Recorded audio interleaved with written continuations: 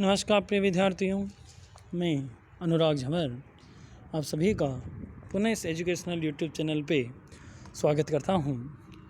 पिछले वीडियो में हमने मुद्रास्फीति की बात की थी कि मुद्रास्फीति या महंगाई किसे कहते हैं, मुद्रास्फीति के क्या कारण हैं, मुद्रास्फीति का समाज के जो विभिन्न वर्ग हैं उन पे क्या प्रभाव हैं, कैसे हम मुद्रास्फीति को नियंत्रित कर सकते हैं। आज हम डिस्कस करेंगे मुद्रा संकुचन या अवस्फीति, या आप यूँ कह सकते हैं मुद्रा अवस्फीति। मुद्रा संकुचन या मुद्रा अवस्फीति किसे कहते हैं, क्या होती है। तो देखिए बच्चों, जब हम मुद्रास्फीति की बात कर रहे थे तो मुद्रास्फीति के ठीक विपरीत मुद्रा संकुचन या अवस्फीति होती है। जिस प्रकार से मुद्रास्फीति के दौर में मुद्रा की क्रय शक्ति कम होती है, यानी वस्तुओं व सेवाओं के मूल्य बढ़ते हैं। अब यहाँ पे जब हम मुद्रा संकुचन की बात करेंगे तो ये टोटली विपरीत है महंगाई का। इस मुद्रा संकुचन को आप मंदी भी कह सकते हैं। इसमें क्या होता है, इसमें मुद्रा का मूल्य तो बढ़ता है, अर्थात वस्तुओं की कीमतें और जो सेवाओं की कीमतें वो गिरती हैं।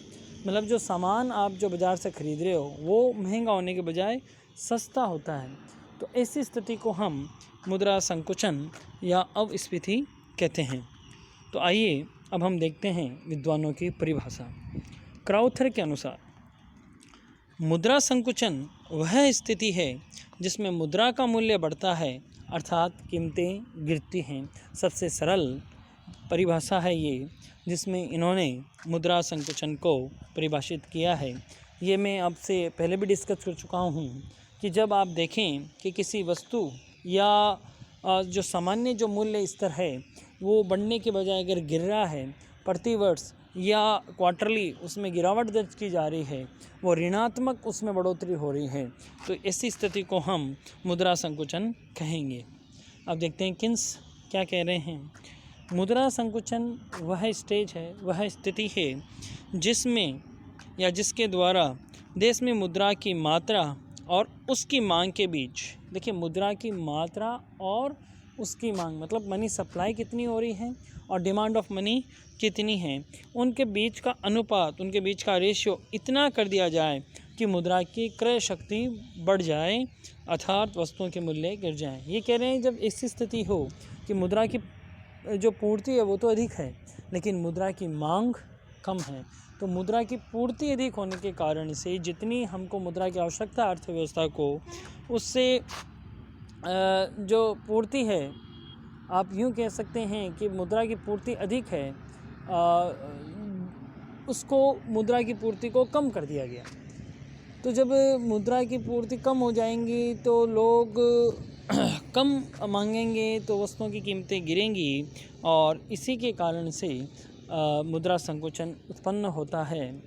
अब हम आगे देखते हैं मुद्रा संकुचन के कारण, क्या कारण रहे। देखिए हमने ऊपर भी देखा कि मुद्रा की पूर्ति कम कर दी आपने, तो मुद्रा की पूर्ति कम कर दी डिमांड के मुकाबले में, तो जितना लोग खरीदना चाह रहे हैं वो खरीद नहीं पा रहे हैं, तो डिमांड ही नहीं जनरेट हो पा रही और डिमांड नहीं जनरेट होने के कारण से जो मूल्य बढ़ने चाहिए वो घटने लग जाते हैं। अब हम वन बाय वन देखते हैं कि what are the reasons, what are the causes of the, इसको इंग्लिश में बोलते हैं डिफ्लेशन, ध्यान रखना। महंगाई को हम इंग्लिश में बोलते हैं इन्फ्लेशन और उसके विपरीत मुद्रा संकुचन या मंदी या अवस्फीति को हम बोलते हैं डिफ्लेशन। तो डिफ्लेशन के क्या रीजंस हैं, क्या कॉजेज हैं, हम देखते हैं। पहला है मुद्रा की मात्रा में कमी। देखिए अगर जो मॉनेटरी अथॉरिटी है वो किसी कारण से जो बाज़ार में जो मुद्रा की मात्रा है उसको अगर कम कर देती है, तो मुद्रा की मात्रा कम होने के कारण से जो मांग की जाती है, जो मुद्रा ज़्यादा होने के कारण से लोगों के पास पैसा अधिक होने के कारण से जो डिमांड करते हैं वो नहीं कर पाते हैं। सेकंड है साख नियंत्रण। देखिए आरबीआई अनेक जो दरें हैं उन दरों को बढ़ा करके जो बाज़ार में जो साख जो हो रही है, जो क्रेडिट सर्कुलेशन है, जो चक्र है, जो मुद्रा का वेग उसको कम कर देती है, साख पे नियंत्रण कर देती है, जिसके कारण से भी जो उपभोग के लिए जो आय बचती है उपभोक्ता के पास वो कम हो जाती है। और वस्तुएं अधिक होती हैं, मुद्रा कम होती हैं तो मूल्य गिरने लग जाते हैं। नेक्स्ट है करों एवं सार्वजनिक ऋणों में वृद्धि। देखिए सरकार क्या करती है, अगर सरकार ज़्यादा टैक्स की रेट कर देती है तो टैक्स रेट ज़्यादा होने के कारण से जो उपभोक्ता के पास खर्च करने योग्य आय होती है वो कम हो जाती है, फलस्वरूप वो मांग कम कर पाता है। सार्वजनिक ऋणों में वृद्धि, सरकार जनता से ऋण उगाती है, जनता से ऋण लेने पे ये ऋण वो है जो सरकार आपको चुकाएगी पर आगामी सालों में चुकाएगी, लेकिन वर्तमान परिप्रेक्ष्य में आपके पास जो धन था, जो खर्च करने योग्य आय थी, वो सरकार ने सार्वजनिक ऋणों के रूप में आपसे ले ली, जिसके कारण से जो महंगाई है उसके विपरीत आपको मंदी देखनी पड़ती है। सरकारी व्यय में कमी, गवर्नमेंट अपने एक्सपेंडिचर को कम कर देती है। अगर गवर्नमेंट अपने एक्सपेंडिचर को कम कर रही है तो जो पैसा जो बाज़ार में घूम रहा है, जिसको सरकार बढ़ा रही है, सरकार ने अपने खर्चे कम कर दिए तो जो पैसा सरकार की तरफ से बाज़ार में जाना चाहिए वो नहीं जा पा रहा, और वो पैसा सरकार की तरफ से बाज़ार में नहीं जाने कारण से जो मांग पैदा होनी चाहिए थी, जो चक्रीय प्रभाव होना चाहिए था, वो रुक जाता है। नेक्स्ट पॉइंट है अत्यधिक बचत।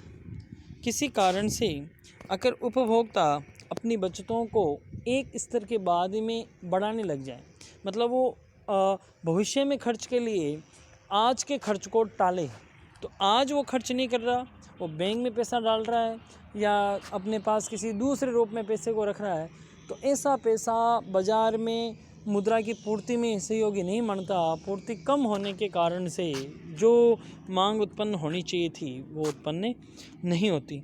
अब हम देखते हैं मुद्रा संकुचन के प्रभाव क्या पड़ते हैं। देखिए ये इसको समझने के लिए आपने जो मेरा वीडियो देखा था, जो मैंने पहले बनाया था कि महंगाई के जो समाज के विभिन्न वर्गों पे क्या प्रभाव है, जो प्रभाव महंगाई के समाज के विभिन्न वर्गों में पड़ा था, बस उसके विपरीत, ठीक विपरीत वो प्रभाव उन पे पड़ेगा। अगर किसी पे अच्छा था महंगाई का प्रभाव, तो यहाँ मुद्रा संकुचन का उस पर प्रभाव नकारात्मक होगा। हम एक शॉर्ट रूप में उसको देख लेते हैं। जैसे हमने उत्पादक वर्ग पे देखा था कि महंगाई उनके लिए पॉजिटिव होती है, लेकिन मंदी फिर उनके लिए क्या होगी, नेगेटिव होगी। वहाँ पे हमने देखा था कि ऋणी के लिए महंगाई अच्छी है, ऋणदाता के लिए बुरी है। यहाँ पे उल्टा होगा, मुद्रा जो संकुचन है वो ऋणदाता के लिए सकारात्मक होता है, जबकि ऋणी के लिए वो नकारात्मक होता है। उपभोक्ता के लिए भी नकारात्मक है, क्योंकि उपभोक्ता जितना खर्च करना चाहिए तो उसके पास आय कम हो जाती है। जितने प्रोडक्ट उसको, जितनी वैरायटी, जितनी चॉइसेस उसको उपलब्ध थी महंगाई के दौर में, वो उपलब्ध नहीं हो पाती, उसका जीवन स्तर है वो भी गिरता है। तो उपभोक्ता पे भी नकारात्मक रहेगा। हमने श्रमिक वर्ग देखा था, विनियोक्ता वर्ग देखा था। तो श्रमिक वर्ग और विनियोक्ता वर्ग में वो लोग जिनकी आय है वो स्थिर हैं, उनको तो मुद्रा संकुचन में फ़ायदा होता है, लेकिन जिनकी आय परिवर्तनशील होती है उनको महंगाई में तो फ़ायदा होता था, लेकिन मुद्रा संकुचन में उनको नुकसान होता है। इसके अलावा अगर हम अन्य प्रभाव देखें, अदर इफ़ेक्ट क्या क्या पड़े डिफ्लेशन के, तो फर्स्ट पॉइंट आया सार्वजनिक ऋण भार में वृद्धि। देखिए होता क्या है कि मुद्रा संकुचन कारण से मुद्रा का मूल्य बढ़ जाता है, और मुद्रा के मूल्य बढ़ने के कारण से जो सरकार ने ऋण ले रखे हैं, जो सरकार ऋणों को वापस चुकाती है, तो मुद्रा की क्रय शक्ति बढ़ने के कारण से जो वास्तविक ऋण उसको जो चुकाना चाहिए था उसकी वैल्यू बढ़ने के कारण से वो जो ऋण है वो सरकार पे भारी पड़ता है। मतलब जैसे पहले 100 रुपये में जो चीज़ आ रही थी वो चीज़ अब 90 रुपये में आ रही है, तो आप किसी को 100 रुपये वापस दे रहे हो, इसका मतलब आप 111 रुपये के आसपास उसको आपको पेमेंट करना पड़ रहा है उस वर्थ का। तो ये तकलीफ़ होती है। कर भार में वृद्धि, देखिए यहाँ पे भी ये सिस्टम है कि जो कर आपका लग रहा है, पहले जो 30 रुपये कीमत थी, जो वर्थ थी उस 30 रुपये की, उस मुद्रा की, वो बढ़ गई अब। तो वास्तविकता में तो वो आपसे 30 रुपये ले रहे हैं, लेकिन वो परचेजिंग पावर के हिसाब से वो आपसे 30 से भी ज़्यादा रुपए ले रहे हैं। और दूसरा ये भी इफ़ेक्ट आता है कि मंदी के समय में कर वसूली में कठिनाई आती है सरकार को, क्योंकि लोगों के पास आय कम हो जाती है, उनको मंदी का डर सताने लग जाता। आय कम होने इसके कारण से वो खर्च भी कम कर रहे हैं, तो सरकार का जो अप्रत्यक्ष कर होता है, जो इनडायरेक्ट कलेक्शंस होता है, वो कम हो जाते हैं। जो प्रत्यक्ष कर, जो आय पे कर दिया जाता है, वो भी कम हो जाते हैं तो सरकार को कर वसूली में बड़ी कठिनाई सामने करनी पड़ती है। बैंकिंग व बीमा व्यवसाय का पतन हो जाता है, मंदी का दौर चल रहा होता है, जो लोन बैंक्स ने ऑलरेडी दे रखे हैं वो उनको नहीं मिलते, उनके नहीं मिलने के कारण से जो डूबने, जो आप कहते हैं जो उद्योगों को डूबने के ज़्यादा अवसर होते हैं, लोग बेईमान करने लग जाते हैं, बीमा कवर भी नहीं होता, तो बैंकिंग व जो बीमा व्यवसाय है उसमें गिरावट आती है। हम देखते हैं मंदी में जो फाइनेंशियल स्टॉक्स हैं उनमें मंदी का दौर स्टार्ट हो जाता है। अब इस मंदी के दौर को ख़त्म करने के लिए जो प्रोडक्ट हमारे पास अवेलेबल हैं, जो उत्पादन हमारे पास ऑलरेडी है, उसको हम एक्सपोर्ट करने की कोशिश करते हैं ताकि यहाँ सप्लाई कम हो, डिमांड और सप्लाई का मैच हो, और निर्यात करने से कुछ मुद्रा हमारे पास आए ताकि हम यहाँ पे लोकल लेवल पे उसकी डिमांड को बढ़ा सकें। तो बच्चों, आज का जो वीडियो उसमें हमने देखा कि मुद्रा संकुचन या मुद्रास्फीति क्या होती है, उसके क्या इफ़ेक्ट्स होते हैं। और आप ध्यान रखना, अगर आपने महंगाई की, आपको सारी चीज़ें पता है कि महंगाई की डेफिनेशन क्या है, महंगाई के समाज के विभिन्न जो वर्ग उन पे क्या प्रभाव पड़ता है, या महंगाई के कारण क्या है, तो ठीक उसके विपरीत ही सारी चीज़ें हैं। वहाँ अगर प्लस था तो यहाँ माइनस करना आपको, और वही सारी चीज़ें आपकी मुद्रा जो कहते हैं अपन कि मुद्रा अविस्फीति या मुद्रा संकुचन में वो डेफिनेशन काम आ जाएगी। वहाँ पे हम देखते थे कि मुद्रा का मूल्य गिर रहा होता है जबकि वस्तुओं का मूल्य बढ़ता है। यहाँ हम देख रहे हैं कि मुद्रा का मूल्य तो बढ़ रहा होता है परंतु वस्तुओं का मूल्य गिर रहा होता है, तो वहाँ से ठीक उसके विपरीत मुद्रा संकुचन होगा, ये आप ध्यान रखें। और आपके लिए एक टास्क है, आप ये पता लगाइए कि भारत कब कब कौन कौन से ईयर में मंदी का सामना भारत ने किया। आज के लिए इतना ही। धन्यवाद विद्यार्थियों।